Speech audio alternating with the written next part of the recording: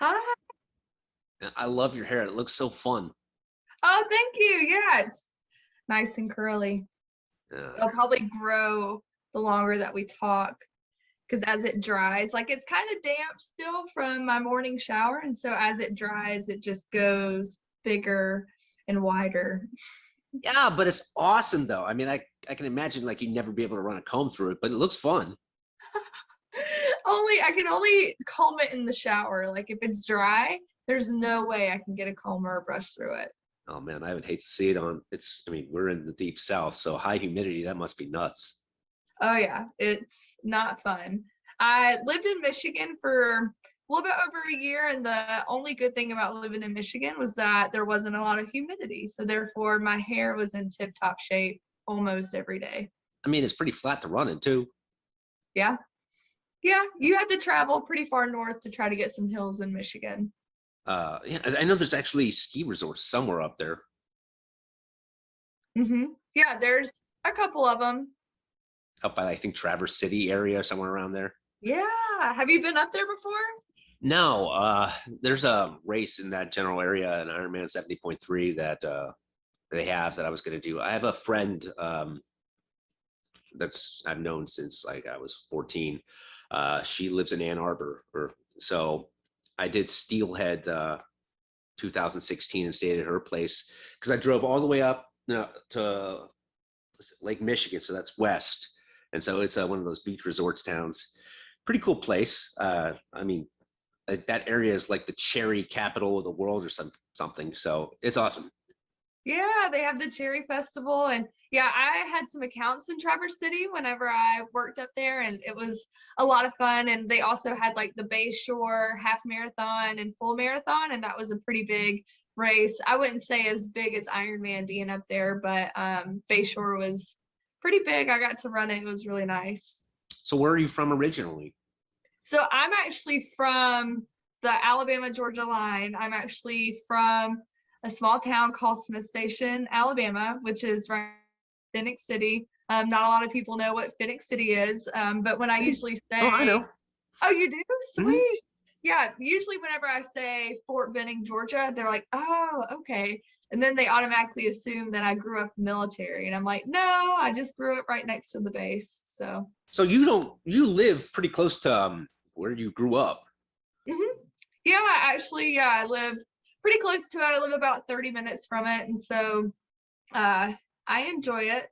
I moved to Michigan for Brooks. I started working for Brooks in 2018 and I got the job in Michigan. And then after about a little bit over a year, the Atlanta position opened up, or should I say the Georgia position. And so I asked if I could transfer back south. And so I came back south late 2019. And yeah, I enjoy being back south and closer to friends and family. What made it's the Atlanta position? What made you not want to live in Atlanta?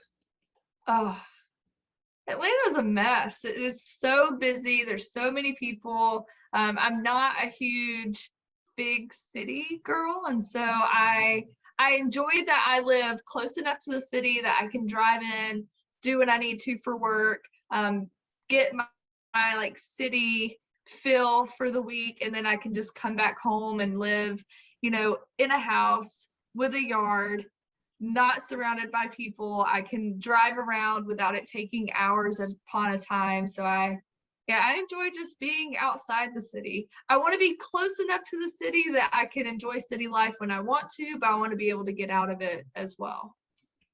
I mean, I enjoy the city. It's nice. Actually, where I came across you, we met once before at a West Stride group run when you were there to do a demo.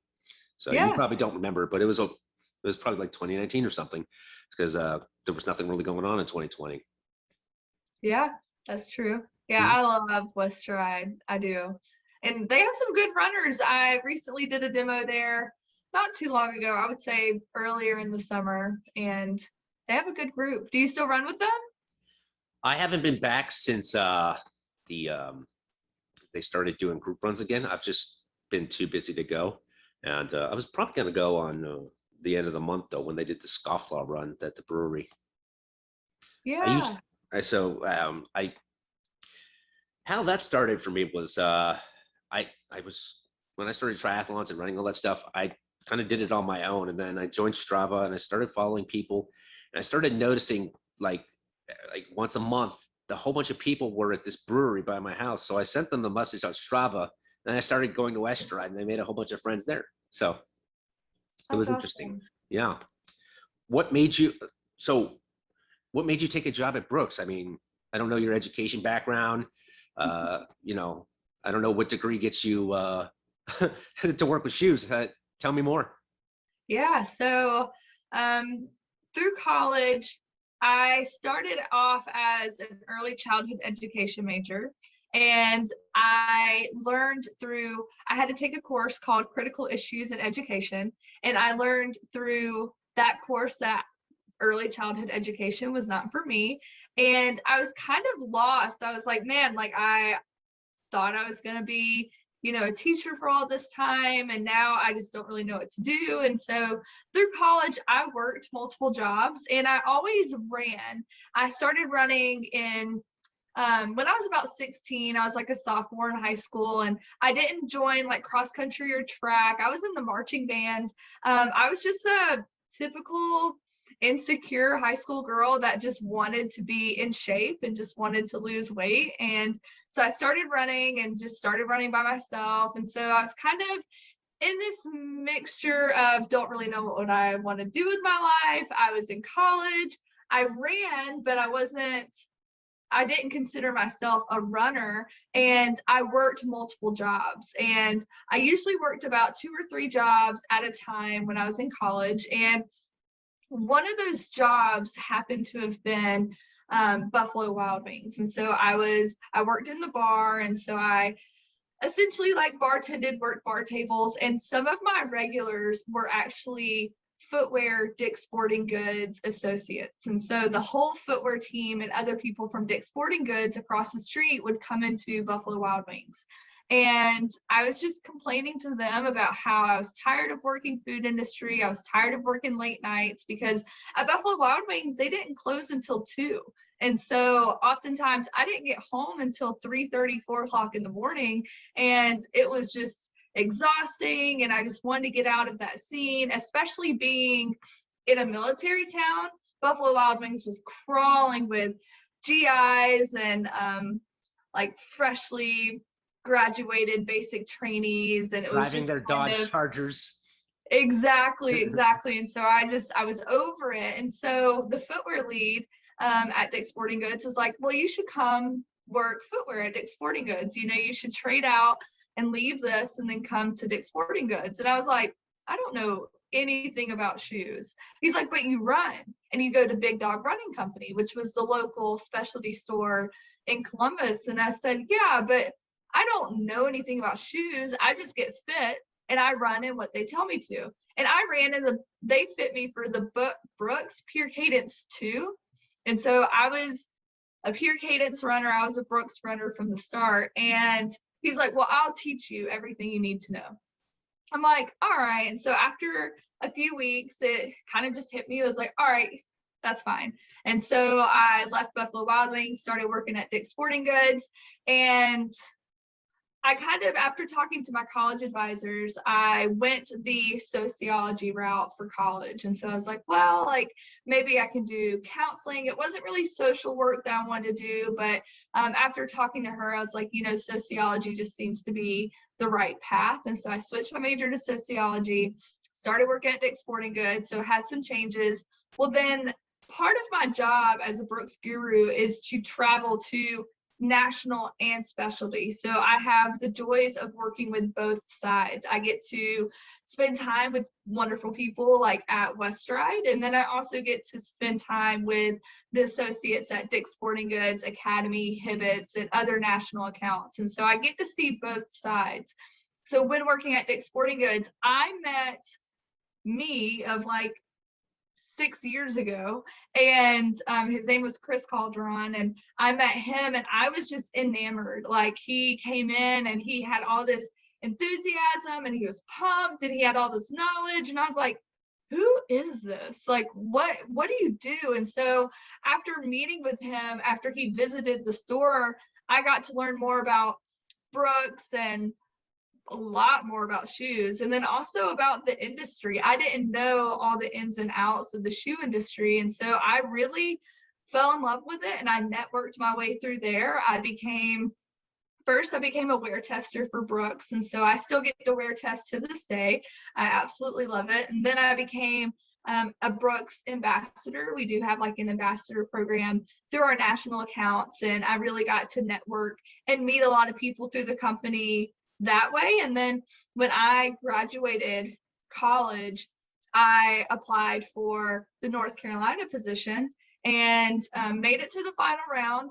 Unfortunately, didn't make the final cut, but they told me, they said, well, we would love it if you got some more specialty experience. And so I left Dick's Sporting Goods, Dog, which is now Fleet Feet. And so went to Big Dog Running Company and told the owner, John Teeples, like, hey, this is what I'm trying to do. I would love to be a marketing rep for Brooks Running Company. I need specialty experience. And he was like, oh, that's perfect. I need a manager. And so he actually took a huge chance on me and hired me on as a manager to manage Big Dog Running Company. And I did that along with like event logistics and marketing for the store and managed some of the employees. And I just updated Brooks. I was like, hey, this is what I'm doing.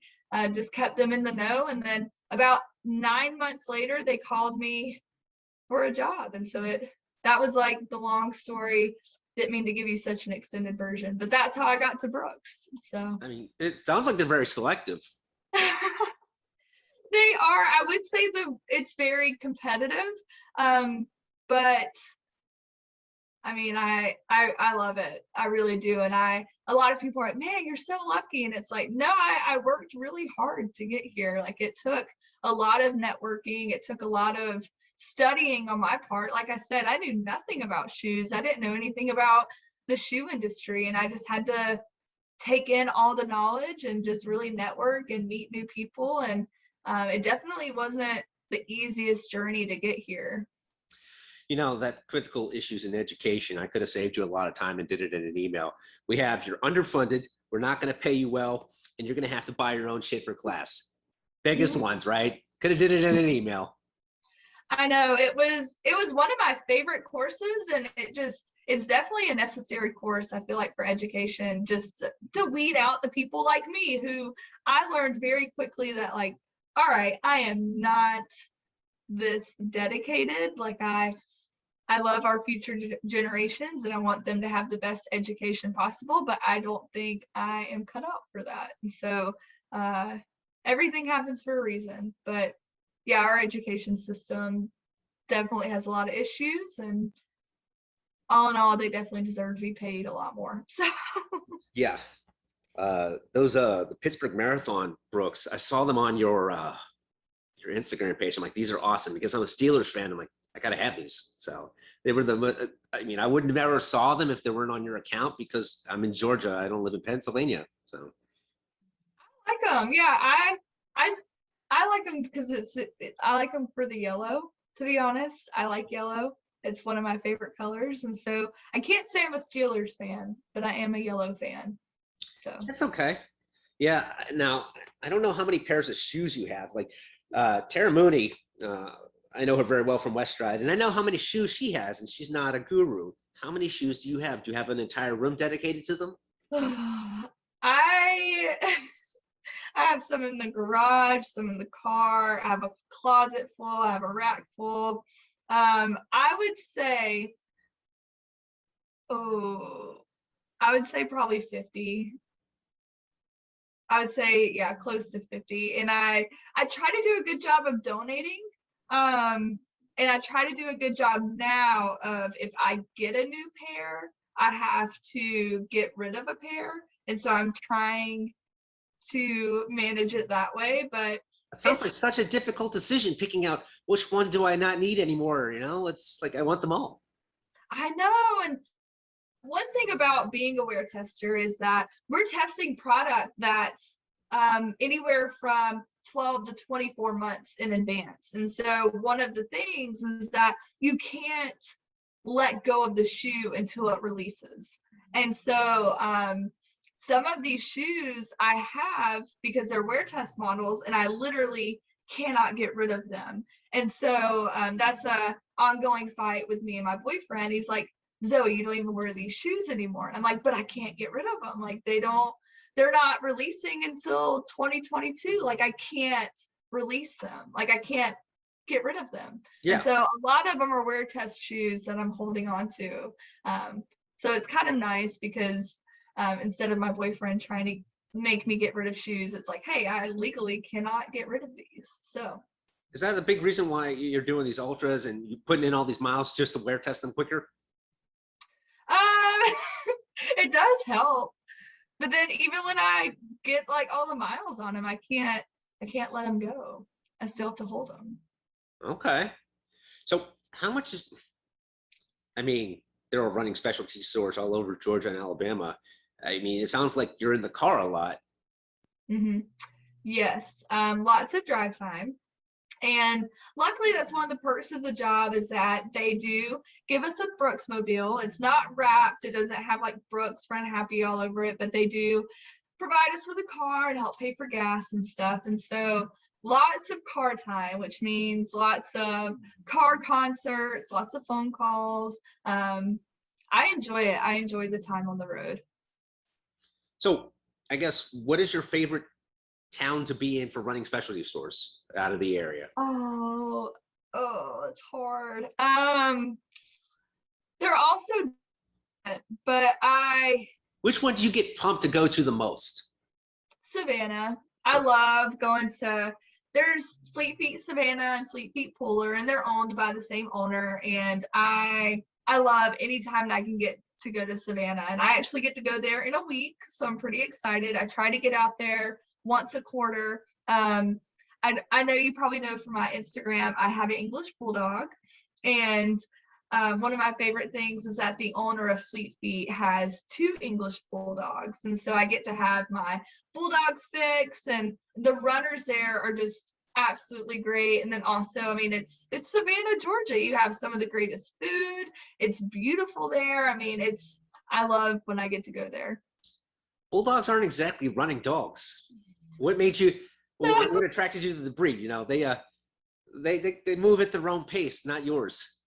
Yep, that was exactly what attracted me to the breed. I wanted a dog that was relaxed and relatively lazy because I knew that whenever I'm out and about and I'm, wired and running and doing all these things, I don't want to come home to a hyper dog. Like I want a dog that I can relax and cuddle with and just kind of move at my own pace. I've got Oh, I have cats. a cat. I have two of these. They're ragdolls. They're the most friendly, loving cats, docile, and it also means they're kind of dumb too. But I mean, they're I call them low key stupid. So, I mean, Aw. but I used to have too many Aussies, one and then the next one, and I'm gonna get another one. But herding dogs they're energetic, like to run, they like to swim. So, I want one for the reason that it's going to encourage me to run more because I go through phases where I just want to sit around and eat candy. So get me out of the house more. Yeah, it's about to be Halloween season, which means candy. So I know all about that. Yeah. So what are, I guess, your future plans with Brooks? Where do you think it's going to take you? Or is that kind of like, I have no idea and you just see where it goes? Do you see yourself staying in the Georgia, Alabama position for a while, or are you trying to move up the food chain? I don't know. That's the golden question. So typically if you want to move up the food chain, you have to go to Seattle. And it used to be that my ultimate dream was to go to Seattle. And as I've gotten older and kind of other things have gotten into the scope, I don't know what that looks like anymore. And so I love Seattle. I love to visit Seattle. Brooks headquarters is beautiful. The people are great. Like I would love, love, love to work at Brooks HQ. But Seattle's expensive. It's a completely different world. And that's one of the things, like I talk to some people from Seattle, and we talk about like mortgages or rent, and it's just funny because it's like, well, I live in a 3-bedroom, 2-bath house with like a front yard, backyard, driveway. Like I have my own space, and our mortgage is only like $850. And I was like, but to pay $850 in Seattle, I'm going to be paying for literally a closet. Yeah, Like 500 square feet.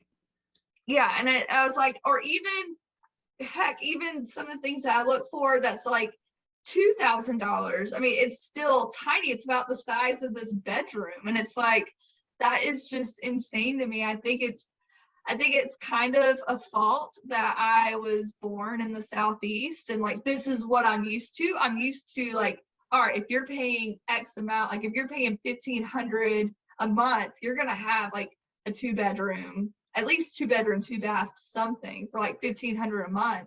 And I was like, but in Seattle, it's just not the same. And so I get it. Like there's, you know, all the beautiful things of the Pacific Northwest. Like you have the mountains, the water, like you have all these beautiful views and things to do, and the culture is great, but that price of living is hard. It's a hard hump to get over. Yeah, I imagine that. And, in order to make that cost of living, you have to make a good salary. And I don't know what Mhm. a Brooks position over there would pay. Obviously, it's not the lowest paying job, but it's not a tech job either. So, Mhm.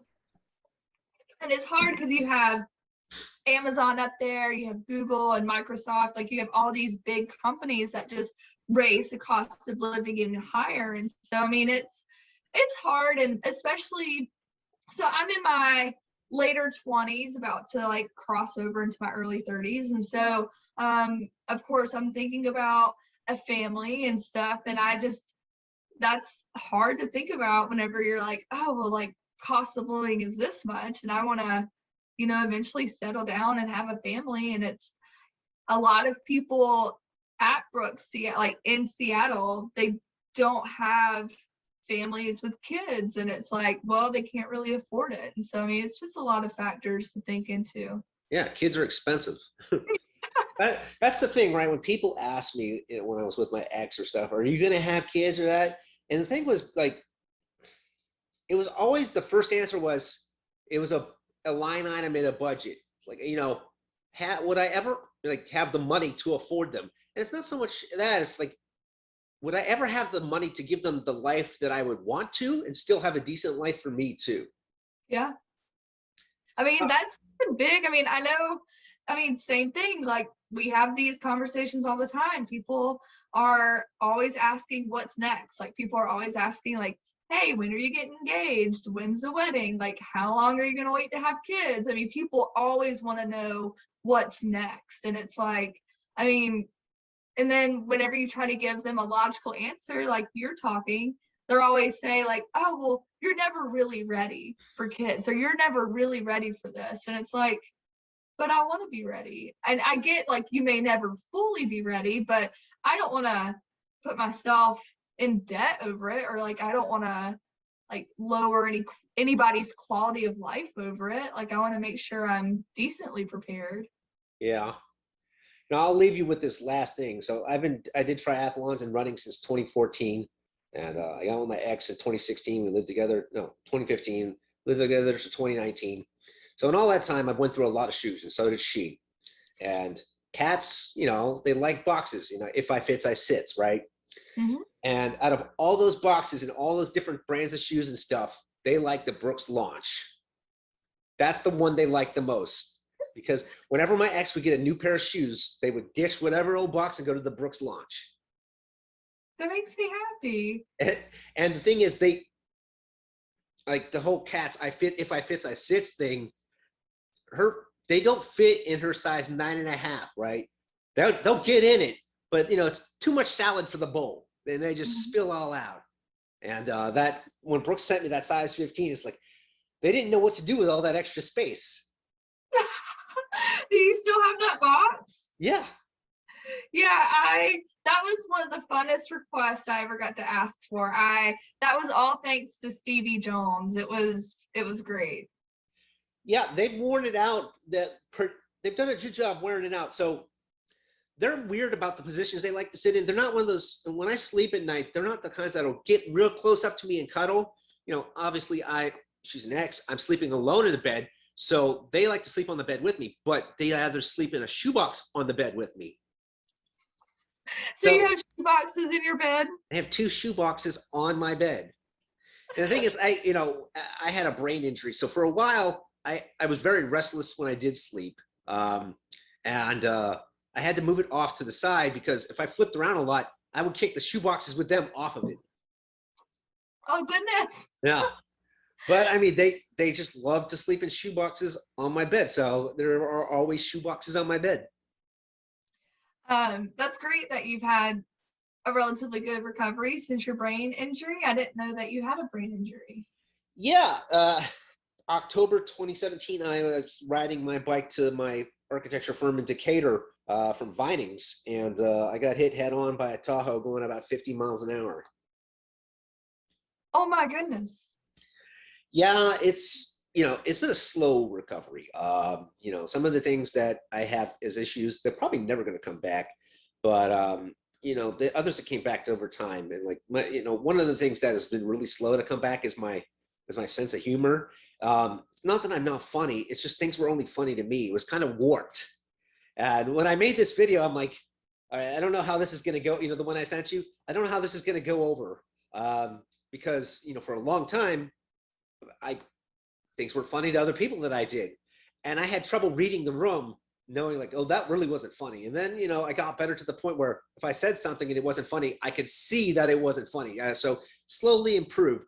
So I sent this out to a bunch of people and they're like, this is fucking awesome. I'm like, thank God my humor's coming back. I haven't been able to check it out yet. Like I said, my morning was kind of busy with calls. And so now I'm really excited. Now that you prefaced it with that, I'm excited to see it. So you know how race reports go, right? People write them all the time. And I used to Yeah. love writing them. And so I haven't loved racing since before my accident. It's just felt like a thing that I was doing. It wasn't just pure enjoyment. And so I raced Saturday's race in a banana Speedo. And that was the only thing I did. It all started because I restored this 80s steel bike. And I'm like, well, let's go big or go home. And the race director, when I told her last month, like, yeah, I'm going to do this if I finish the bike, she didn't believe me. So, I did that. I started growing the mustache out because I hate facial hair. That's why I'm going to do this week's race in this banana Speedo again. It's like, I got to get my money's worth. I've been growing this for a month and a half. Yeah. But it turned out to be a big hit. It went well, and I had a lot of fun, and it made me like racing again. And, I signed up for so many races. I figured to get me, moving in the off season again and build momentum, I'm just going to race them all for fun again and not race the clock, just do this. Only one more in the banana Speedo though. So, but it was definitely fun, and it was an experience. Yeah, I think every athlete goes through that, where they go through a point where it's like, man, why am I doing this? I remember vividly before I got the job with Brooks in 2018, I was at my fastest. I was in phenomenal shape. I was hitting speeds that I wanted to, but then I just kind of hit a lull, and I was like, man, like I don't want to run right now. Like I literally want to do anything else but run. It felt like the joy was just sucked out of it. And it didn't make sense because I was actually doing better than I had ever done before. Like I said, my paces were on point, like my distance felt good. I was in phenomenal shape, but I wanted to do anything else but run. And that's when I actually reached out to some of my triathlete friends, and I was like, hey, like, I heard that you guys go swimming at the Y. Do you mind if I join you? I was not a swimmer. I still am not a swimmer, but I was just reaching out to anybody else who did other sports or any other form of cross training. I'm like, hey, can I tag along? And I just spent like a month or so just doing other sports, and it was a lot of fun. And then it helped me realize, like, even though I sucked at all these other things, like I'm not a good swimmer, I'm not the best biker. I did stuff like pickleball and racquetball. Like I was just picking up all these things. And through that, I learned, like, you know what? I want to run again because I'm actually decent at running. And it was just such a fun journey. But I mean, I just remember that feeling, like you explained, like I don't want to run right now. Like I would race just like you, and it was just like, nah, like it's just another race. Like it's just another thing that I'm doing. I was just going through the motions. Yeah, and I after the brain injury, I went through like 2 bouts of depression because I did ketamine therapy, which is like it was experimental at the time, but it had amazing results. Like it worked fast. It's better than Hmm. dealing all this time with pills. And I learned after ketamine therapy, like when you're depressed and racing with depression, it's like dragging a boat anchor around. You're slower. Like you could run faster, but your legs aren't moving any faster. So it kind of sucks, right? And I, I started doing it again, and I went through it. And you get the thing is, you get a rapid improvement because it's like removing that boat anchor. All of a sudden, it's like your speed is back. So I went through it again, and then when I tested out that speedo in the run, I was running pretty fast. I'm like, oh wow, it's back, And it's just like amazing how the change was. But it definitely started to get back into it. But for like the last month and a half, I hadn't really wanted to do much of anything. I didn't want to run. When I lived with my ex, when I was going through it, we had a gate at the front of the property to go through, and that was like a huge mental block to like. I don't want to go through that gate. It was strange. Like it was a way that was keeping me in. Whereas when I lived in my first condo before I moved in with her, there was no gate, and I just went out the front door and went. And it's amazing how much that gate is a mental issue for me. I don't know if other people have that same thing. Yeah. No, I can totally see that. I can definitely see how something physical can also be emotional as well. Like the fact that there was actually a physical gate actually put like an emotional gate or a mental gate on you as well. Mm-hmm. I mean, it was completely different when there wasn't one because I just head out the front door and run. I didn't, you know, I don't know what it was. So and it's not like a therapist or anybody could describe that to you. It's not like they're really athletes or it's one of those things. I guess maybe it's just a personal thing. Who knows?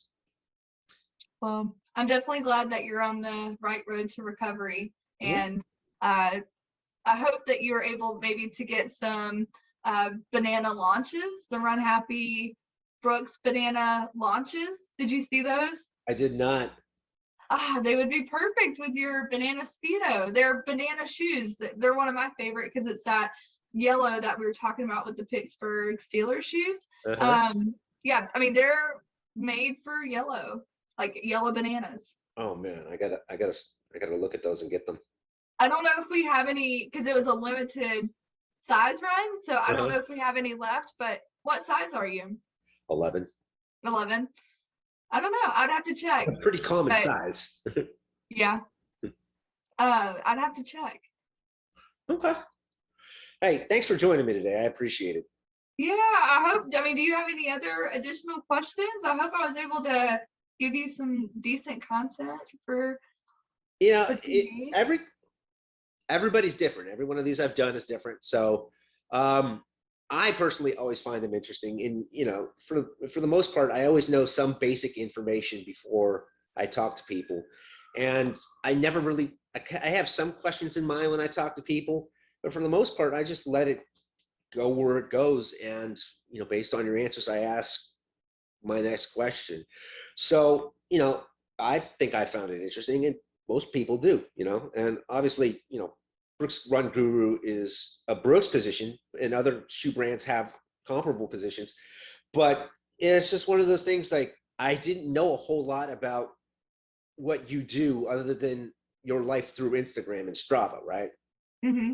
So, and I'm sure other people have the same way, unless they knew you or another shoe rep. So, it's just, Yeah, it's funny because like I I would have mean, never imagined that.